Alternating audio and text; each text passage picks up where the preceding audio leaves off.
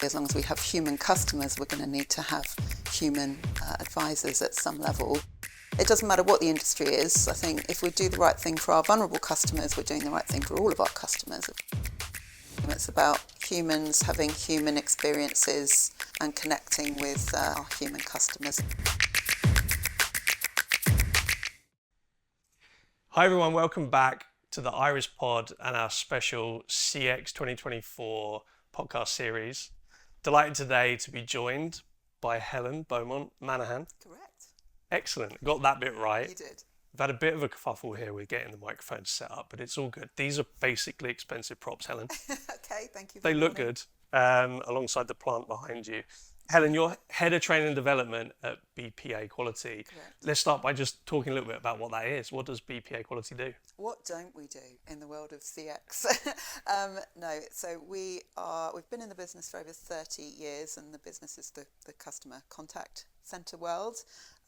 We are an outsourced provider of multilingual quality assurance and training, consultancy, all kinds of different ways to improve the customer journey, and also focus on employee experience as well.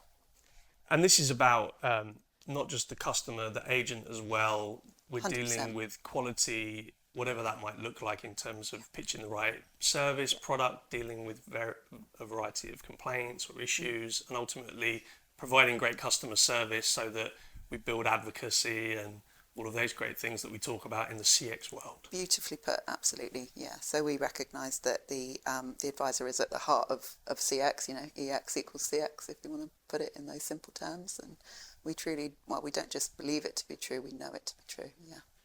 We've been in a difficult period of time where budgets have been tightened, and I think companies have probably looked at ways of, being a bit leaner. Yeah. Have you seen this affect, a lot of companies talk a good game when it comes to the whole CX and agent experience side of things, but do you think that that's been affected in the true delivery of excellence and quality in those departments? Well, I think there's a lot of competing pressures at the moment, and certainly from a regulatory perspective, I think that there are certain things that are making people focus a little bit more on the employee experience and what it really means, which is definitely a good thing. This year, I think you mentioned CX trends. I think we're going to see a lot of change.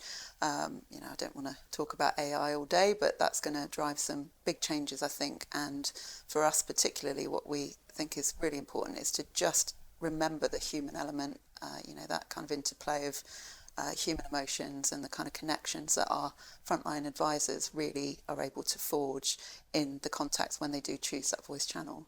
And that's, I think, going to be a bit of a differentiator for brands going forward. AI has, of course it's the buzz term of the moment, has been for a little while and will continue to be, but right. I think you touched on something really interesting, the human aspect, and maybe AI to help a human do their job better, rather than, I think there's been a lot of fear about AI replacing jobs. Yeah. It doesn't feel to me like that's coming anytime soon for this industry. No, I'd agree with you. I think there will be changes. We've seen a lot of automation of quite simple processes, maybe even slightly more complicated processes, and it's no secret that that's surfacing the really emotionally charged contacts, the really complicated cases, and pushing that through to our human advisors, and so of course their role is not only changing, but it's also to your point, getting slightly more tricky, and that's where I think AI will be a real boon for them in terms of knowledge bases and kind of prompts and things like that in real time to help them with their workflow. So yeah, like you, I've got quite an optimistic view of what AI will do in our particular industry. I did see on Monday a report from the BBC saying that they think that AI will take like 40% of jobs worldwide, but I think it will be very, for an industry like our own, where essentially as long as we have human customers, we're going to need to have human advisors at some level. I think that really and truly it's going to be even more of a valuable role, and we're going to need to really professionalise that part of the industry a bit more, I think, to really drive that brand differentiation that I mentioned and get the edge.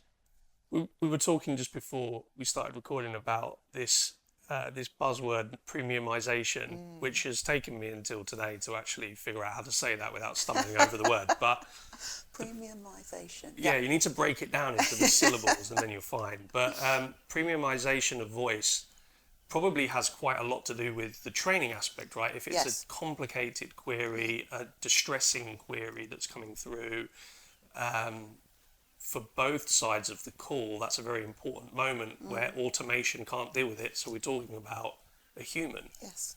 Yeah, I think that's a really valuable point you bring forward there, Tom. And I mean, a great deal of the work we've been doing, certainly over the last 2 years, has been around vulnerability. So both the effective identification, but then the effective support and appropriate logging of that customer's particular needs. And that, well, yeah, at the moment, that really is still the domain of skilled, empathetic human advisors. So, yeah, absolutely. How do you go about training an agent, an advisor? Because particularly in those situations of vulnerability, there could be anything brought up. How do you begin to train an agent in how to handle and reassure or provide maybe in some cases firm words? Yeah, great question. So it's principles based, I would say. So it's around, I touched on emotional intelligence, but it's absolutely about those core skills of empathy. And that starts with seeking to understand. We don't even need to necessarily agree to empathise with a customer. We just have to accept that their feelings are valid and they have a right to those feelings. We need to stay curious, maybe out of our own judgments. And those are absolutely skills that can be taught. So people talk about soft skills with our agents and advisors.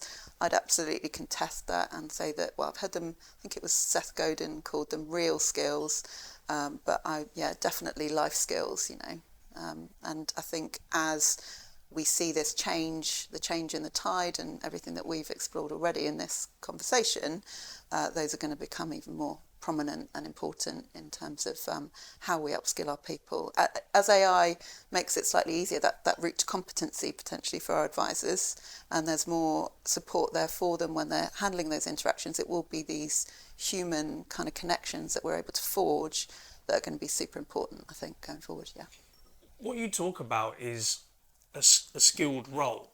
And I think a lot of the time we talk about the churn in the contact centre industry, but what we're talking about here is a career. Yes, absolutely. And something where people can get a lot of value from what they're doing in their work. How do you see it? Because it definitely, I think people looking in might think of contact centre work as being fairly transient. But in fact, what you're talking about is a highly skilled, highly rewarding role. Yeah, I absolutely, I'm just violently agreeing with you. Yeah. Yeah, completely. And we talk a lot about the professionalisation of the industry alongside that premiumisation of the industry. And I think we will see that more and more as we really, it's almost like a back to basics, isn't it? About remembering the importance of the human element and seeing that augmented with the tech solutions rather than kind of an either or. Yeah. When we think about the career side of it and we think about training, do you think companies have come round to the idea that they need to do proper training? Because I think it almost seems like an investment in something where, well, 40% of these people are going to leave anyway, therefore why would I invest? And you can almost feel that through a brand or a contact experience that you have when it's like, this person doesn't care. Yeah. Oh, yeah, agent churn. I do, and one of the great things about the kind of training that we deliver is that our participants tell us how much they enjoy it, and it's not just about happy sheets at the end of the programme, but these are real transferable hard skills, and I think sometimes it helps them not just be happier in role, but it also helps them to see that potentially this is a field where they can develop an expertise and thrive and see a future, like you say. So there are lots of different strands, green shoots maybe at the moment, we're not there yet, but I do believe there's hope, and I carry that hope in a lot of the work that I do, yeah. Shifting to something a bit more, I guess, an area that I don't think a lot of people probably appreciate in contact centres, but for certain industries, certain sectors, local authorities, gaming, these sorts of things, there's a high level of vulnerability in the people that are making contact. Yes.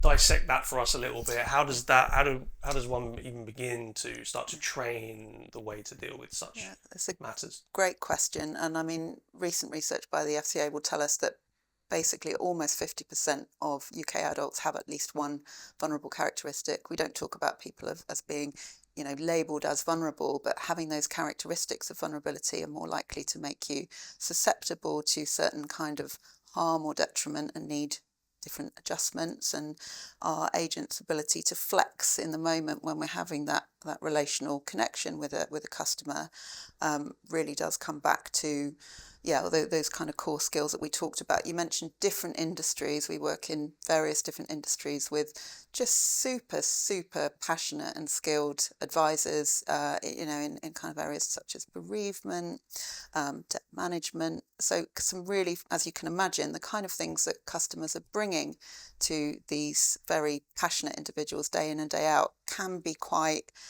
challenging. And that's where a lot of these, I won't call them soft skills, really come in, those people skills, those relational skills, being able to really build our frustration tolerance, our resilience in role, our empathy muscle, as it were, are just super duper important. And yeah, it doesn't matter what the industry is. I think if we do the right thing for our vulnerable customers, we're doing the right thing for all of our customers, of course. And those skills, those kind of core human element skills, I think are applicable regardless of the industry. I've kind of talked myself around into a slightly different conclusion than I'd started off with there, but I hope it's I hope it's clear what I'm No, saying. I understand what you're saying. I think if you aim to provide that empathetic, excellent service with a as happy an outcome as you can Yeah. realistically get to with your most vulnerable, most distressed customer or contact or whoever it is you're speaking to, then you're going to be able to provide a good service Yeah. to all. What about the agent? How does an agent cope? There's been a big shift to home working, hybrid working. You're wearing headphones all day. You've got almost isolation in whatever Yeah. work setting you're in. So how much of this is about the resilience of the agent? I'm really glad you brought that up, actually, because since the big C pandemic, definitely more It's and a more banned people. term on Yeah, this. good, good.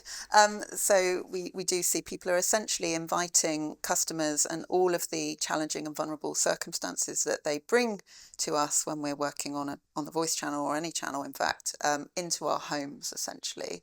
So it's very important that we acknowledge that. And a key piece that we haven't really brought forward yet is that we've said that nearly 50% of the UK population is maybe vulnerable in some way, or certainly susceptible in some way. Naturally, that's going to mean our team members as well. So we always start with that acknowledgement. It's two sides of the same coin. And, our people can be vulnerable too, and frequently are. And that's why when we work with them around vulnerability, they're already experts. We know what to do. We just don't always do what we know. So a lot of the work we do is helping people to really collaborate together, bring forward the wisdom in that group. They know their customers, they know their world, regardless of the industry or the channel, the line of business, and just bring that forward. And then maybe plug gaps where needed, and potentially work on, clarifying, firming up frameworks and even policy and procedure. But also they have to be an active part of making that policy and procedure because they understand. And when we can connect in with that empathy, then they're really able to tailor the solutions for customers in a way that maybe might take a consultant a little bit longer because they're not quite as close to those customers in their world. Do you think management layers? Do you think they spend enough time listening to calls and being connected to what's going on the floor? I think it varies by industry and at a cultural level, just by organisation, really, how much time people are prepared to really roll up their sleeves and or get their listening ears ready and be doing that. It is a great way to really understand the scale and the scope and the nature of vulnerabilities within your organisation, and just ask your people because they know.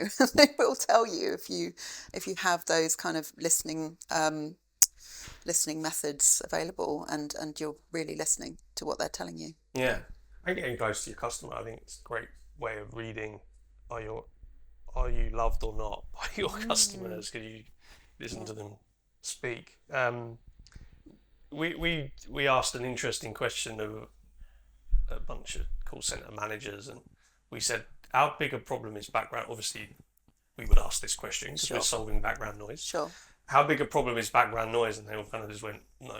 Well, we asked your agents for you, and 89% of them said it's a massive issue. So you should probably pay attention to this. In that same study, 69% of agents said background noise affected their mental well-being. Yeah. That blew my mind that was so high. That doesn't blow my mind from the work we do, because naturally part of, empathy starts with listening. So although we would never want to kind of patronise the teams that we work with, we do explore at quite a deep level what we really mean by listening well, when it's really important to really dial up those levels of listening to ultimately to the max, and vulnerability and emotionally charged contacts are when that really needs to happen.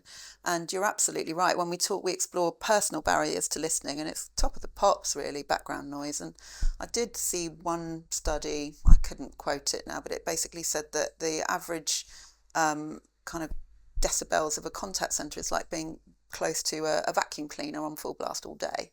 And I mean, I wouldn't want to work like that. So yeah, long answer to your point. But yeah, I think also it's I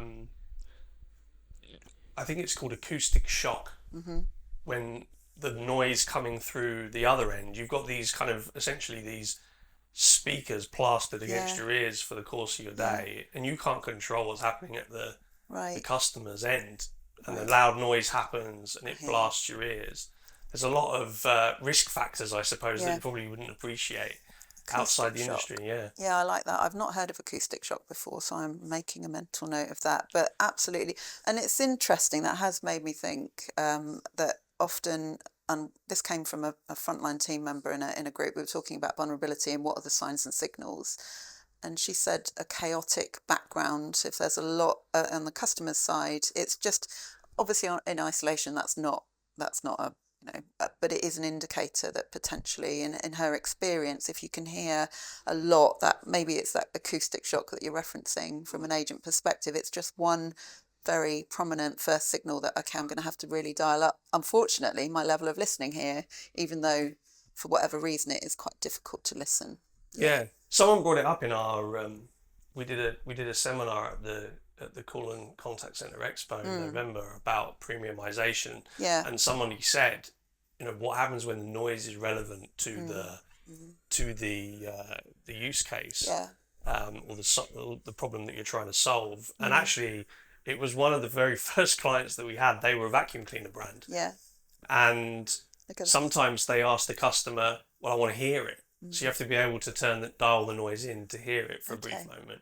But I can completely understand that. You've got chaos going on behind you. Okay, there's information there that I need to gather. Yeah, for sure. Yeah. For sure. In terms of training I'm not a big fan of the home working.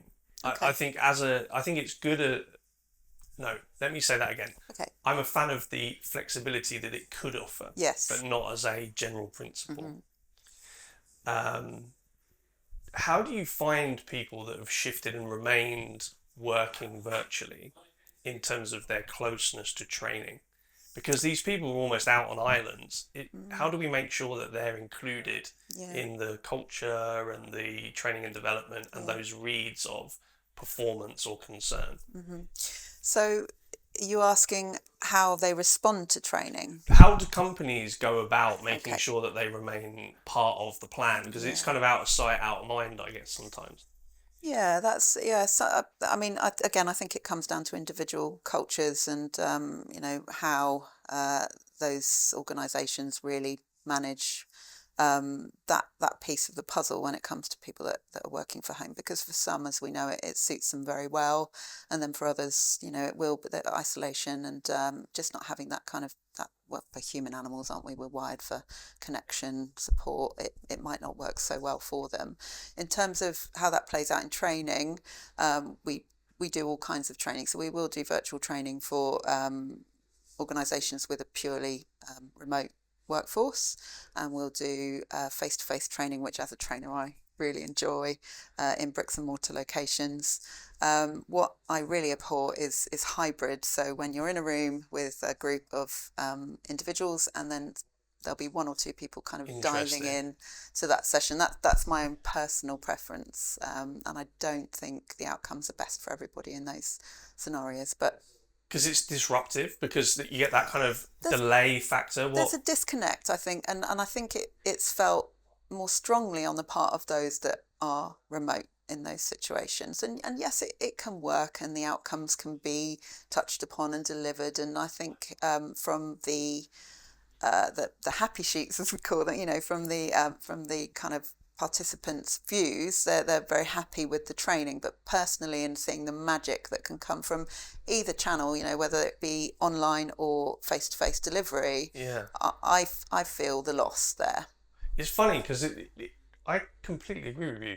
There's that disconnect when you have a meeting and you've got a couple of people that join online, and then a side conversation starts happening in the room. Sure. And that might actually be a valuable conversation, but how can you bring the people that are virtual into that? Whereas if everybody's in the room, that can obviously be more inclusive and productive. And if everybody's virtual, then there isn't really a side conversation happening. I think that's very interesting. I don't know. I like being. I think it's productive to be together. Yeah. Even in contact center, where you can just, I've got this situation going on here. Have you had that before? 100%. And that's something I think, yes, it can be mitigated with kind of Teams channels, Slack channels, whatever. But when we bring the topic back around to vulnerability, if you think about when customers bring extremely distressing situations to our team members, how do they reach out to somebody for support after that kind of distressing contact that they've had when they're sat in their own space, in their own home? I think we're getting to the point now where people do have protocols in place, but even the idea of being a protocol and not just somebody sat next to your colleague who can see that you're going through something and being there immediately after is something to be navigated. What solutions are out there that can help with that? Surely AI can have something to do with how we can identify some kind of emotional trends in our staff. And I think I read a book recently that made that point, that it can monitor emotional load in our advisors. Absolutely. I'm curious to see how that technology evolves. I can't speak with any real gravitas on that particular issue, but I'm curious, I'll just say. Well, nothing, until it can replicate, like you've said, somebody to just go, I'm not sure they're okay. Yeah. Should we go and get a coffee? Should we go and have a chat? Yeah. And that's a huge part of what we do when we work with teams. We do talk about, well, what does this mean for you? So that, the what, the so what, and the now what. And the now what is how are you going to show up for each other as a team going forward in ways that might be a bit different and maybe more helpful to each other, to support that kind of team cohesion, and also just to empower people to want to show up more for customers emotionally, with all the caveats around, there's be a very long conversation to talk about sympathy, empathy, compassion, and where's the most productive for a professional whose role is to make empathetic connections, because you never want to be left holding too much after that call. So we do talk about, how can we be empathetic problem solvers without really, finding ourselves really impacted and bogged down, as is our human way when we're forging those connections with people who are struggling and suffering. Are there some top tips on how someone can do that, disconnect a little bit? Yeah, I would say just to always come from that place of curiosity. Remember, we never need to diagnose. We're not counsellors, we're not doctors, we're not coaches. We are there in a professional role to be the reassuring authority, on that call as an expert. And so we do dive into, well, what does that mean to be professional in our role, and how can we embody our empathetic and professional selves? So, yeah, it's not an easy I can't just fire off an answer for you, but that is deep work that we do. It's personal work, and it's beautiful work that comes out of the kind of team dynamics and workshops that we're very grateful to be able to facilitate. And I guess it differs depending on the personality of the individual. Yeah, Everyone's different, right? So yeah, they're going to carry the load of something emotional like yeah, that in a different way. So yeah. it's part of your training to tailor to those different characteristics. It's very personal work, yes. Mm. So there are, yeah, there's the group, and then there's the individuals within that group.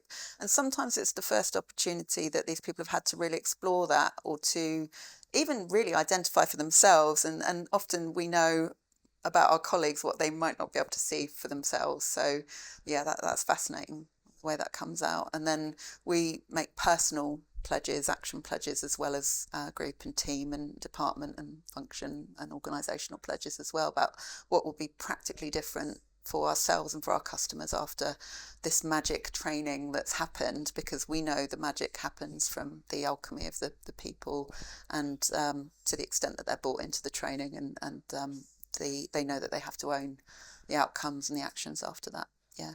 How has it changed over I think you said you've been at BPA for A 10 long years. time, a Yeah, long time, we yeah. won't talk about that too much. But how's it evolved, the notion of training over that time, and how do you see it evolving to the next step of being truly valuable, I suppose, to Yeah. the recipient? Yeah, so BPA actually started as a training organisation, many like more than 3 decades ago, and the quality evaluation and all of the rest of it kind of came from there almost as a natural progression. We've never forgotten those training routes. Goodness, it sounds like an elevator pitch, doesn't it? We've never forgotten that. We've always been asked by our clients in the QA space, well, could you come and impart some of this to our teams?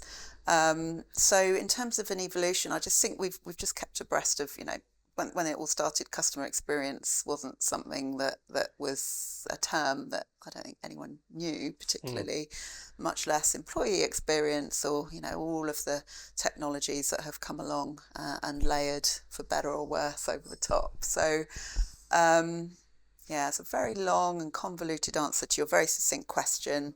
I think that it's been a quite natural and intuitively comfortable progression.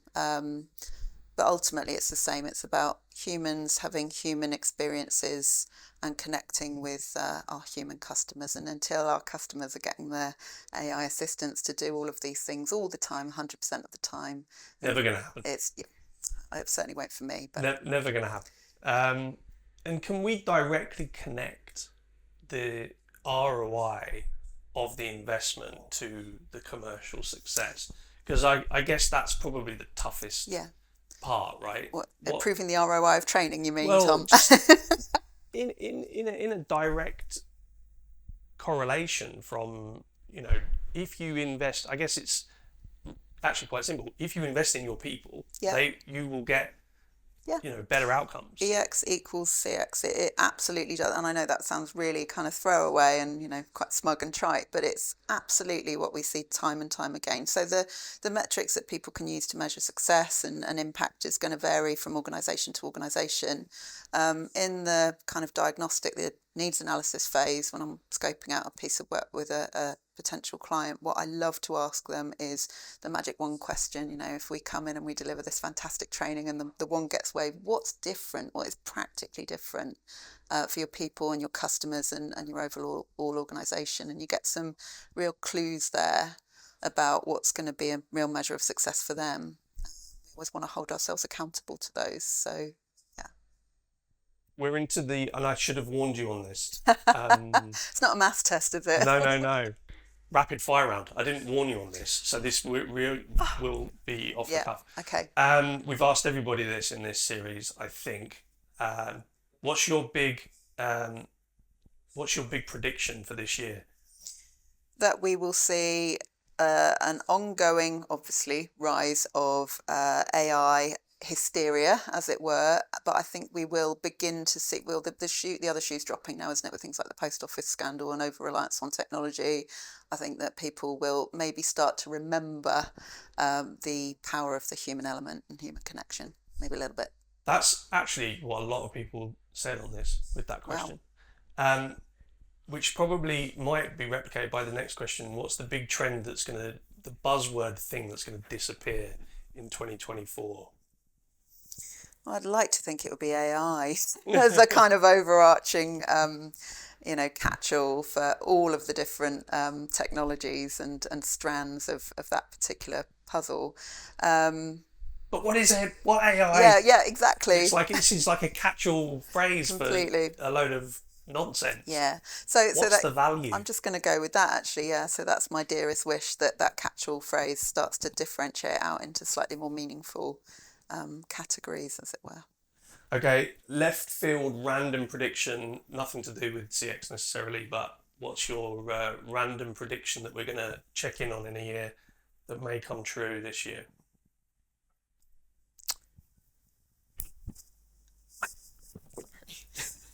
Just fell off. We're not going to edit that out either. That was brilliant. There we go.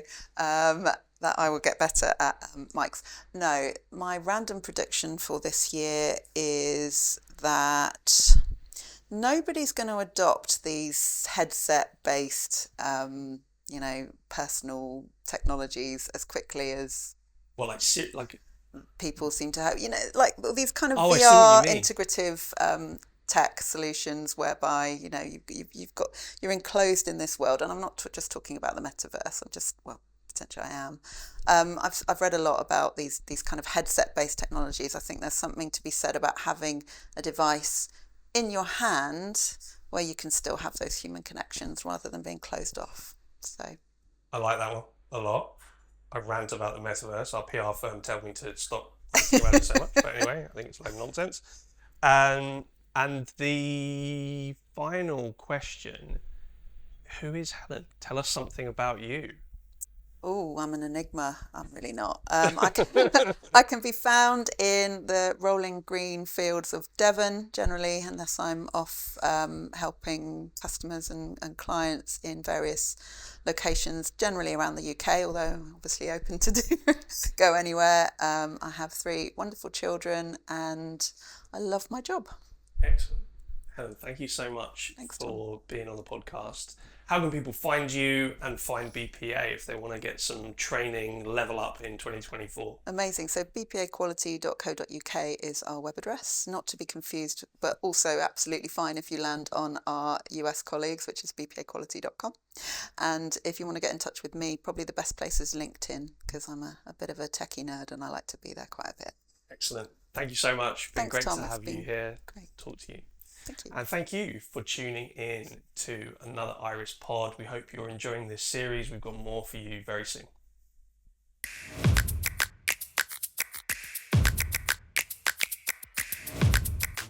What is the tangible use case for artificial intelligence within my organisation? It can be the best organisation in the world, but people work for people. So anything that we can do to help remove some of that stress, using tools, using artificial intelligence at the desktop, makes that agent experience slightly better.